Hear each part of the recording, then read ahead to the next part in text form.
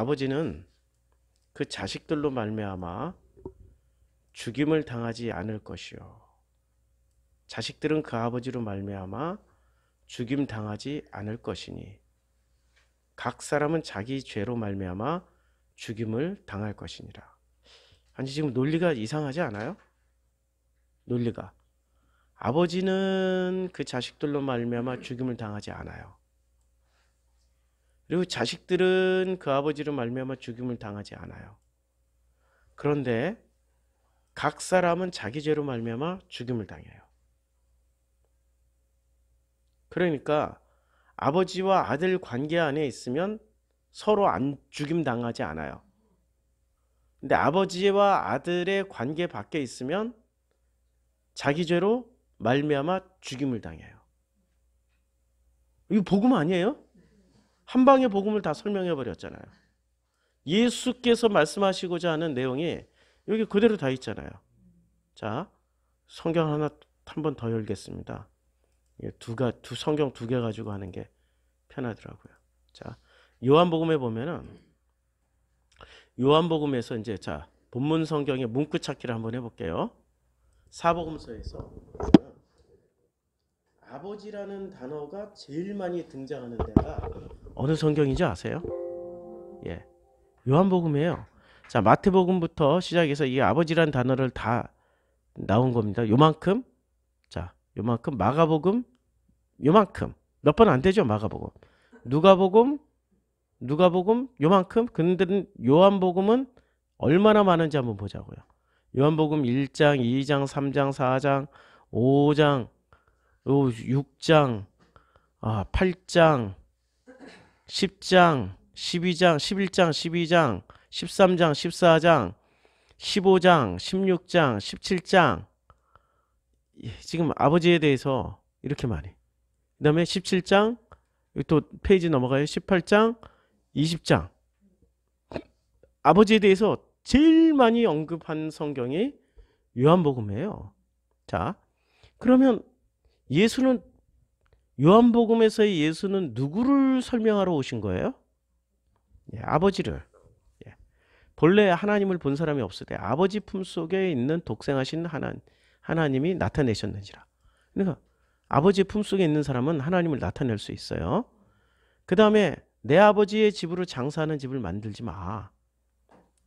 아버지께서는 아들을 사랑하사 만물을 다 그의 손에 주셨어요. 예. 만물을 다 그의 손에 주셨어요. 근데 마태복음에서는 만물을 다 받은 것처럼 얘기해요? 만물을 받지 못한 것처럼 얘기해요? 받지 못한 것. 왜냐하면 마태, 누가는 사단이 시험하러 와서 천하만국을 다 보여주면서 천하만국 만물을 다 보여주면서 경배를 다 줄게 라고 얘기를 하잖아요. 마치 받지 못한 것처럼 얘기하는데 요한복음은 아들을 사랑하시기 때문에 뭐를 다 줘요? 만물을 다 그의 손에 주셨어요. 예수께서 이르시되 이제 여자여 내 말을 믿으라. 이 산에서도 말고 예루살렘에서도 말고 너희가 아버지께 예배할 때가 이르리니 그때는 신령과 진정으로 예배를 드린다 라고 말씀하고 있죠. 그리고 예수는 이렇게 수시로 아버지를 많이 아버지 하고 설명하고 있어요. 아버지께서 자기 속에 생명이 있음 같이 아들에게도 생명을 주어 그 속에 있게 하셨고, 우리는 신명기 24장 16절 말씀 똑같이 말씀하시죠. 예. 아니 수시로 지금 말씀하세요. 수시로. 자, 이에 예수께서 뭐라고 말씀하시냐면은 나는 내 아버지께 본 것을 말하고 너희는 너희 아비께 들은 것을 행한다 라고 말씀하세요. 그리고 내 아버지의 뜻은 아들을 보고 믿는 자마다 영생을 얻는 이것이다. 아직 신명기 말씀 똑같이 말씀하시죠. 예. 그러니까 이 신명기 말씀은 무슨 말씀을 하냐면은 이거예요. 아버지는 그 자식들로 말미암아 죽임을 당하지 않아요. 아니면 아버지와 아들이니까. 페루나는 아니지만 페루나들은 해당 사항 안 돼요. 페루나는 자식이 아버지를 죽이잖아요. 우리나라 자식이 아버지를 죽였던 대표적인 사건 90년대에 일어났었죠. 강남에 살고 있는 한의사 부부였는데 한 씨예요. 이름은 정확하게 기억이 안 나요. 예, 한 씨였어요. 예, 예, 예. 이 아들이 30대 중반이었어요. 부모가 재산이 있고 한의사였으니까 강남에서 살았고 재산이 있고 그 재산을 빨리 물려받고 싶어서 죽이고 밀가루 뿌렸어요. 그리고 불까지 질러놨어. 완전 범죄를 꿈꾸기 위해서. 그것이 엄청난 우리 사회의 어떤 터닝 포인트가 된 거예요. 폐륜의 터닝 포인트. 이제까지 우리는 유교 사회여서 그런 일이 거의 없었어요.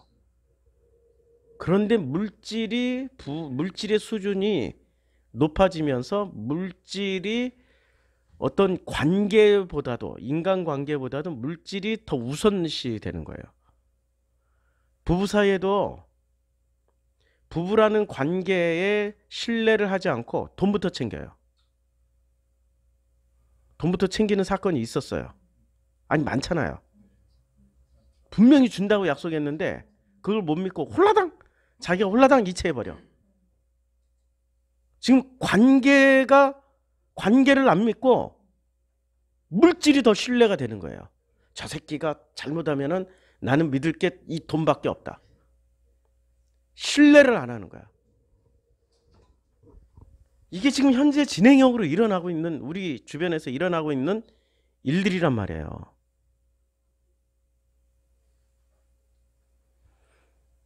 그러니까 아버지는 그 자식들로 말미암아 죽임을 당하지 않을 것이요 자식들은 그 아버지로 말미암아 죽임 당하지 않을 것이니라는 말이 신뢰성이 없는 거죠. 왜냐하면 우리는 이런 시대를 살아가고 있으니까. 그래서 이 말씀을 우리가 그대로 아멘하고 받아들이려면 우리가 이 시대를 살아가고 있는 우리의 마음이 비워져야 돼요. 내 욕심, 계산, 신뢰하지 못하게 만드는 이 불안 요소들이 비워져야 돼. 가난해져야 된다고. 그리고 청결해져야 돼. 아무것도 청결해지지도 않고 아무것도 가난해지지도 않는 상태에서 말로만 사랑해 여보, 사랑해요 아빠, 말은 얼마나 간지러지게 잘하는지 몰라. 막 진심인 것처럼 얘기해, 눈물 뚝뚝 흘리면서. 근데 하는 행동은 안 그렇단 말이야. 믿을 수가 없는 거죠. 그럴 때는 누가 비워야 돼요? 진심이라고 믿고 있는 사람들이 다 비워야 돼. 아무것도 가난해지지도 않고 아무것도 청결해지지도 않은 상태에서 정말 이 말씀을 믿을 수가 없게 되는 거죠. 아버지는 그 자식들로 말미암아 죽임당하지 않을 것이요 자식들은 그 아버지로 말미암아 죽임당하지 않을 것이다 라는 말씀을 믿을 수가 없는 거예요. 이 말씀이 믿어지게 되기 위해서는 철저하게 자기 마음이 가난해지고 청결해져야 되는 거죠. 그래서 자기 죽음에까지 이르는 상황까지 가야 되는 거예요. 매 순간이 선택 상황이 와요. 내가 저놈을 선택할 것이냐 아니면 이 돈을 선택할 것이냐. 매 순간 내가 돈을 포기하는 게 나 죽음이잖아. 내 가치관이 여기에 다 있으니까. 저놈은 언제든지 하는 꼬라지를 보니까 분명히 나를 버릴 거야. 위태위태. 저놈 앞에서 내가 웃어주고 사랑해라고 눈물로 고백을 하지만은 그러나 나는 돈을 선택할 거야. 그게 본심이에요. 그게 죽어야 된다고. 다른 게 죽는 게 아니라. 자, 그래서 이게 전제 조건이 마음이 가난해지고 마음이 청결해져야 이 말씀을 믿을 수 있게 되는 거죠. 그럼 예수가 오셔서 이 말씀을 회복시키기 위해서 하셨던 모든 행위는 그 마음이 가난해지고 청결해지게 만드는 행위를 하신 거예요.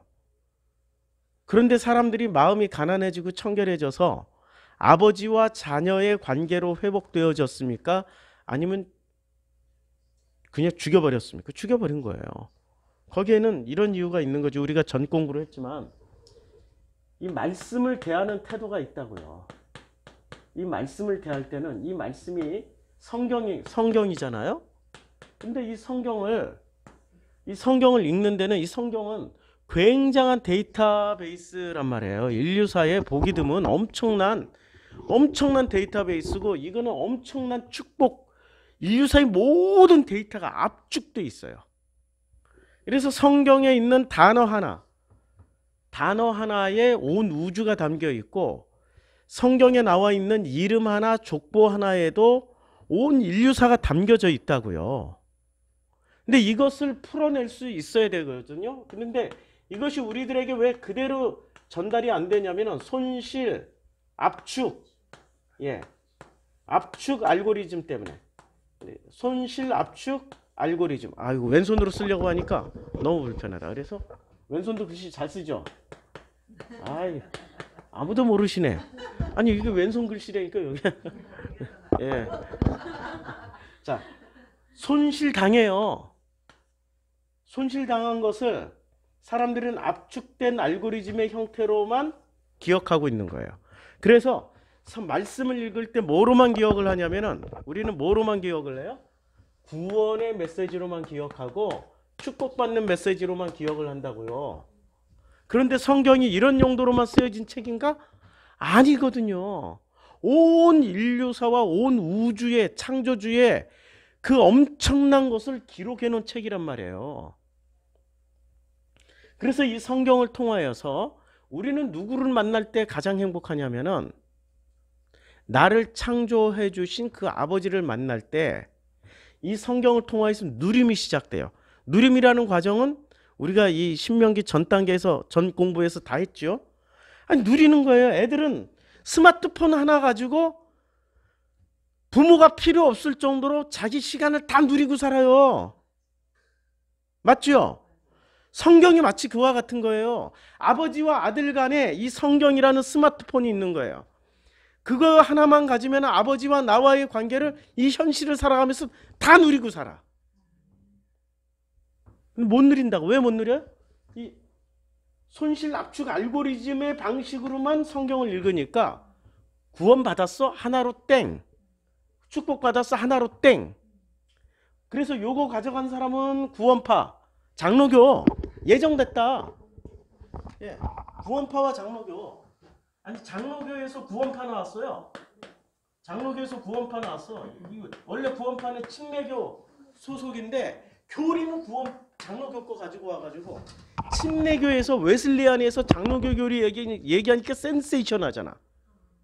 그래서 대박 친 거예요. 자, 그 다음에 축복은 누가 가져갔어요? 오순절 계통이 가져갔단 말이에요. 오순절 계통의 순복음이지, 순복음이 오순절은 아니에요. 오순절 계통의 순복음이 가져갔어요. 그러니까 말씀을 요 두 개, 구원이냐 축복이냐, 요걸로만 이해를 하다 보니 이 말씀 안에 담겨있는 이 엄청난 하나님과 우리와의 현실 세계를 어떻게 살아가고 어떻게 살게 행복하고 어떤 관계를 가지고, 그 다 손실당해버린 거야. 다 손실당해버렸어요. 그러면 손실 당한 것을 복원을 해줘야 되잖아요. 근데 복원해주러 오셨어요. 누가요? 아니, 예수가 오셨다고. 예수가. 여기는 아버지고요, 여기는 아들이란 말이에요. 아들과 아버지는 영원히 수직관계야. 이건 다시 태어나도 아버지와 아들로 태어나기 때문에 수직관계예요. 그런데 신랑과 신부 관계는 수평관계라고. 우리 대한민국 사이에서만, 일본과 대한민국 사이에서만 신랑은 위에 있고 하늘이고 마누라는 땅이야. 아니고 수평관계라니까, 둘이. 이것을 이렇게 바꿔버리면 안 돼요. 아버지와 아들과 신랑과 신부 관계. 그래서 예수가 오셔가지고 다 설명을 해줬다고, 이 관계 중심으로. 그래서 지금 여기서 나오는 거는 신명기 24장 16절은 그 내용이란 말이에요.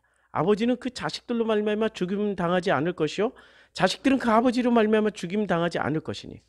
그러나 각 사람은, 요 관계에서 떨어져 나간 사람들은 자기 죄로 말미암아 죽임 당해요. 그러니까 이 손실 압축 알고리즘만 가지고 사는 사람들은 죽임 당한다고. 이 관계만 있으면은 구원이 더 커요? 이 관계가 더 큰 거예요?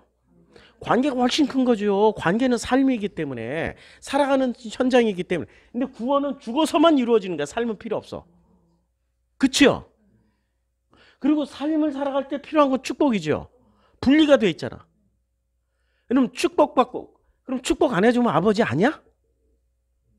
아니, 저놈의 남편이나 저놈의 신부가 맨날 사랑한다고 고백 안 하면은 그 신랑 신부 아니야? 고백 안 해도 신랑 신부라고. 꼭 고백해줘야만 신랑이고. 애들은 그래, 애들은. 정신 연령이 낮으면 꼭 고백을 들어야 돼. 왜냐면 그 사람의 말이나 삶이나 생활이나 어떤 습관의 패턴을 읽지 못하고 꼭 말로만 들어야 돼. 수준이 낮아가지고. 저 사람이 말하는 거, 행동하는 거, 밥 먹는 거, 움직이는 거, 그걸 분석을 하고 이해를 하게 되면 사랑해. 아유, 그렇게 말 안 해도 다 알아. 괜찮아, 괜찮아. 그냥 하던 대로 해, 하던 대로. 근데 그 말 안에 미움이 담겨 있는 게 아니라고. 그런데 여보, 나 사랑하지? 나 진짜로 사랑하지? 사랑해? 라고 한번 해봐.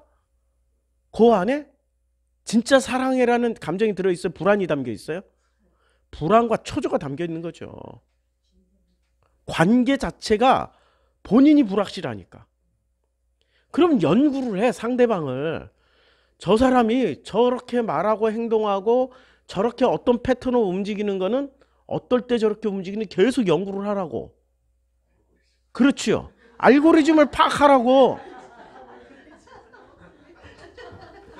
우리가 어제 공부했잖아요. 사랑하면 뭐를 해요? 사랑하면은 알고 싶다. 사랑하면은 첫 번째 욕구가 이거예요. 정말로 사랑하면 상대방에 대해서 알고 싶어요. 안 사랑하니까 알고 싶지 않고 연구도 하지 않고 노력도 하지 않고 맨날 말로만 들어야 돼. 사랑해라는 말로 해봐. 어? 그리고 말 가지고도 이제 맨날 말을 해주니까 말로만 하지 말고 보여줘봐. 뭐로? 돈으로. 에이씨 진짜. 그런 건 이혼해버려야 돼. 끝내야 돼. 그 일평생 살아도 그거 안 바뀌어 그거. 예. 그러니까 사랑하면 진짜 알고 싶어요. 그래서 끊임없이 상대방의 말이나 행동이나 어떤 습관들이나 이런 것들을 연구한다고. 끊임없이. 아니 물어봐. 사랑해라는 말을 듣기 이전에 여보 오늘은 왜 잠자리를 따로 잤어? 물어봐야지. 혼자 그게 관념이야. 자폐야. 혼자 지레짐작으로 자기가 알고 있는 데이터만 가지고 끊임없이 돌려.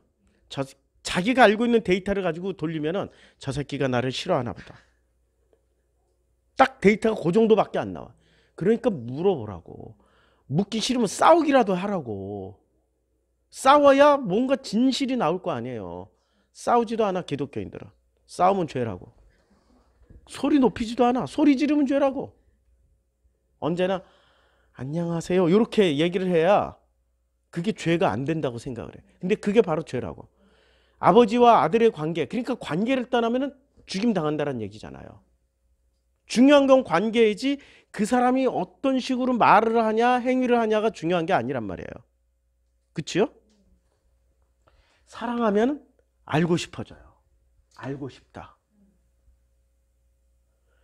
그래서 사랑하기 때문에 끊임없이 서로에 대해서 알고 싶기 때문에 끊임없이 물어보고 확인하고 같이 밥도 먹어보고 또 자기가 모르는 영역에 어떤 알고리즘을 가지고 있으니까 그 알고리즘과 알고리즘이 부딪히면은 참 서로 통할 수 있는 좋은 기회인데 그게 대화를 통해서 통할 수 있고 싸움을 통해서 통할 수 있고 다툼이나 여러 가지 방식이 있을 거 아니에요. 알아가려고 하는 게 소중한 거지 그 알아가는 과정 자체가 어떻게 됐든 간에 그거는 인류사에 수 없는 방법 중에 하나일 뿐이라고요. 근데 그 방법 가지고 사랑하지 않나 봐. 이렇게 생각해 버리면 안 되는 거죠. 근데 사람들은 본질을 보지 않고 형식을 취해요. 그게 누구였어요? 예수님 당시에 바리새들이었어요. 안식일의 핵심 내용은 보지 않고 안식일의 핵심 내용이 안식일의 주인이잖아요. 주인이 말씀하시는 게 더 중요한 거잖아요. 안식일의 주인이 말씀하시는 건 듣지 않고 안식일을 지켰냐 안 지켰냐. 안식일의 주인이, 아니 주인인데 지키든 안 지키든 뭔 상관이야. 주인 마음대로지. 그런데 주인조차도 자기네들이 만들어 놓은 룰에 따라서 지켜야 된다고. 그래야 주인으로 인정해 주겠다고. 이 말이 안 되는 궤변이잖아. 그게 바로 예수님 당시의 바리새인들이었다고요. 형식만 붙잡고 그 형식을 먼저 충족시켜줘. 그러면 그 다음에 본질이라는 것을 내가 들어봐 줄게. 이게 지금 바리새인들이라고요. 예수님은 어떤 형식을 주셨어요? 본질을 설명하기 위해서 관계. 형식으로 주신 게 구원이냐 축복이냐가 아니라 관계를 주셨다고요. 관계. 무슨 관계요? 아버지와 아들 관계, 신랑과 신부 관계라고요.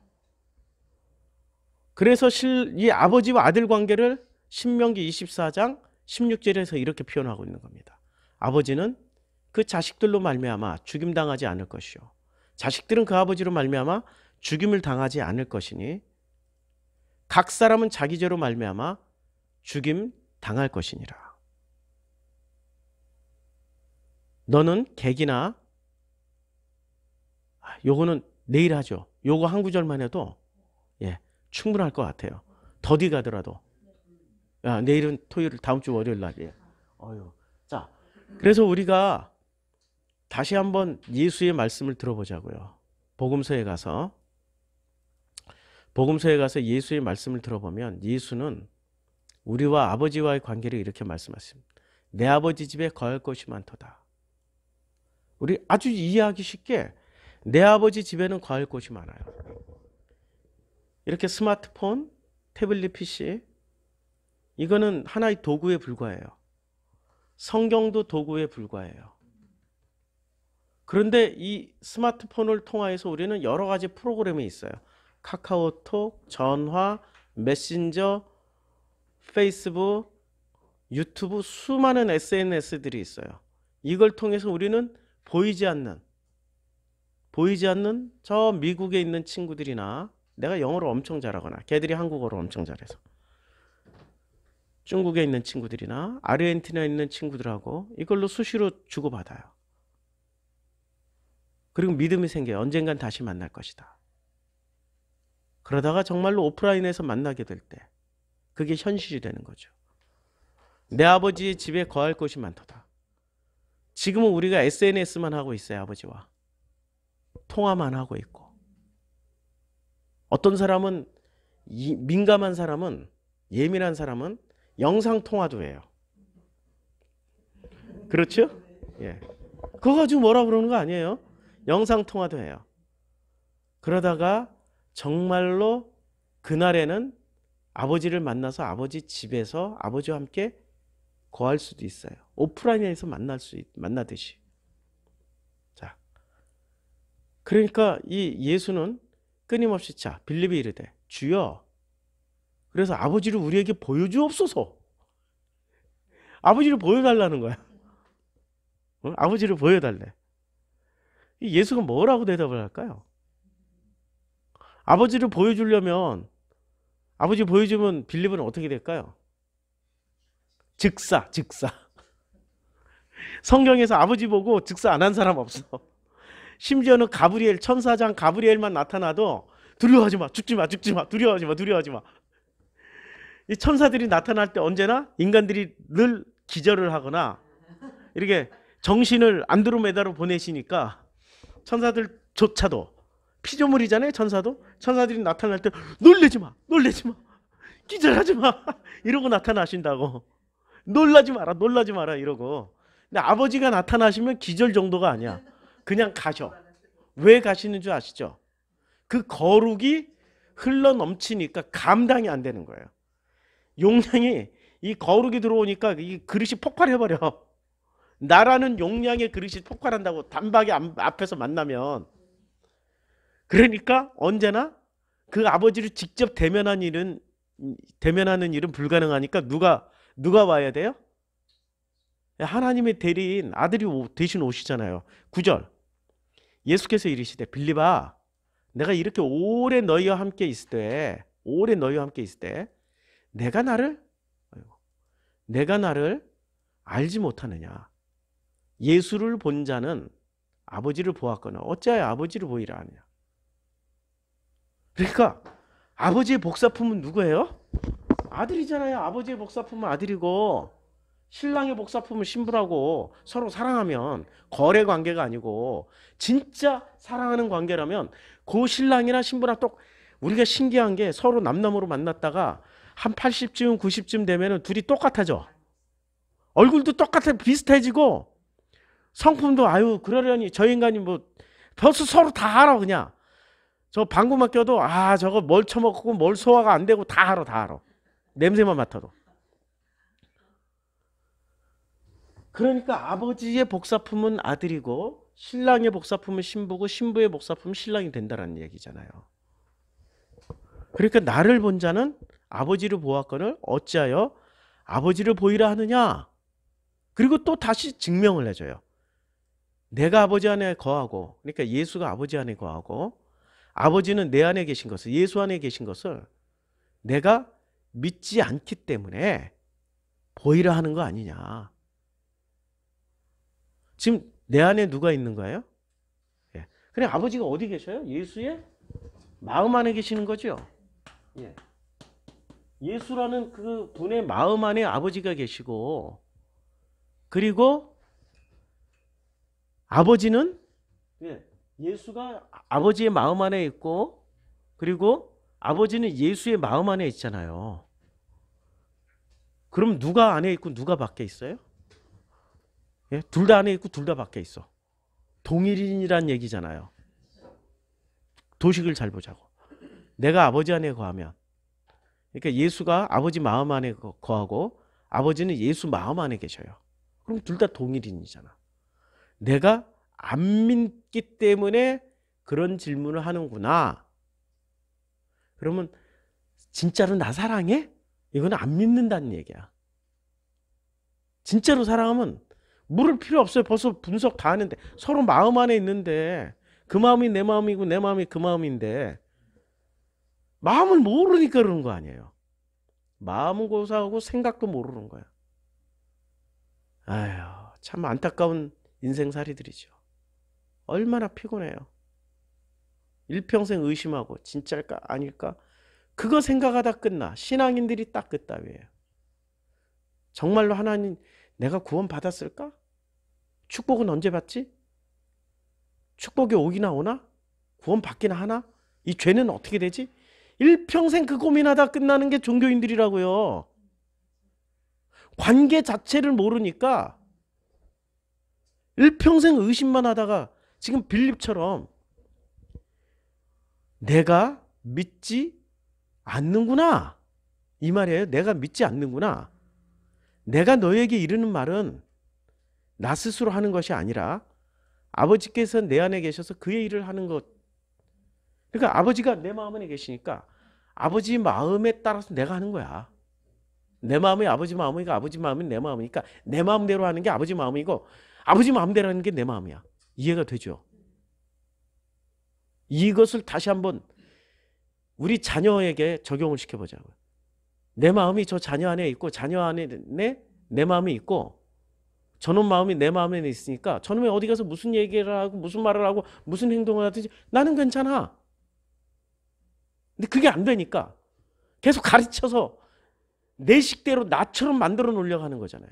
행동 거지를 바꾸지 말고 마음을 내 마음이 그 마음이고 그 마음이 내 마음으로 바꾸는 일을 해야지 행동 거지로 바꾼다고 그놈이 내 마음은 아니에요. 행동을 속일 수 있다고요. 행동은 얼마든지 속일 수 있어요. 얼마든지 표정 짓고 그 사람 뒤에 있는 돈이나 명예나 권력을 보고 사랑해요 이렇게 할 수 있다고. 행동 거지는. 근데 마음은 서로 주고받지를 못한다고. 주고받는 게 아니라 아예 예수님은 어떻게 말씀하세요? 내가 그 마음 안에 들어가 있고 그 마음이 내 마음 안에 들어가 있으면 너희가 나를 보더라도 아버지를 보는 거야 라고 얘기를 하잖아요. 아예 그 마음이 내 마음이 그 마음이라고 말씀하고 계시는 거란 말이에요. 그렇죠? 그냥 마음을 이해하는 수준이 아니라고. 그러니까 내 말은 스스로 하는 것이 아니라 아버지께서 내 안에 계셔서 그리고 같은 마음이니까 내가 하는 일이 아버지 일이야. 이 얘기예요. 11절. 내가 아버지 안에 거하고 그 마음 안에 거하시는 거야. 아버지께서 내 안에 계심을. 그러니까 아버지께서 예수의 마음 안에 계신 것을, 그 마음이 같은 마음이라는 것을 어떻게 해요? 믿으라. 믿으라. 이 믿으라가 믿지 못하면 어떻게 해야 돼요? 지금부터 우리는 성경을 가지고 SNS를 계속 하는 거야. 예수랑 SNS 계속 하는 거야. 예수랑 계속 SNS 날리다가 크크푸푸 흐흐흐흐 막 날리고 유유유유 날리고 이러면서 예수랑 동행하다 보니 예수의 마음이 아버지 마음이고 아버지 마음이 예수의 마음이니까 그 마음이 누구로 흘러 들어와서 내 마음이 예수 마음 되고 예수 마음이 내 마음이 되게.